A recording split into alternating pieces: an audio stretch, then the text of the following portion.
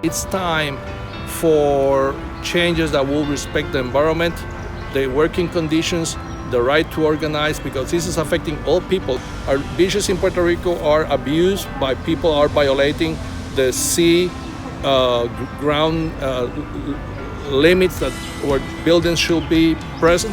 They are selling our land in very precious areas, and those are properties of the people of Puerto Rico. Right now also, we have to fight for environmental appropriate kind of energy production. The way is solar panels, wind, and those are the things they don't want to do. It's a challenge for all the people here in the States, in Puerto Rico, and the U.S. has to address the situation.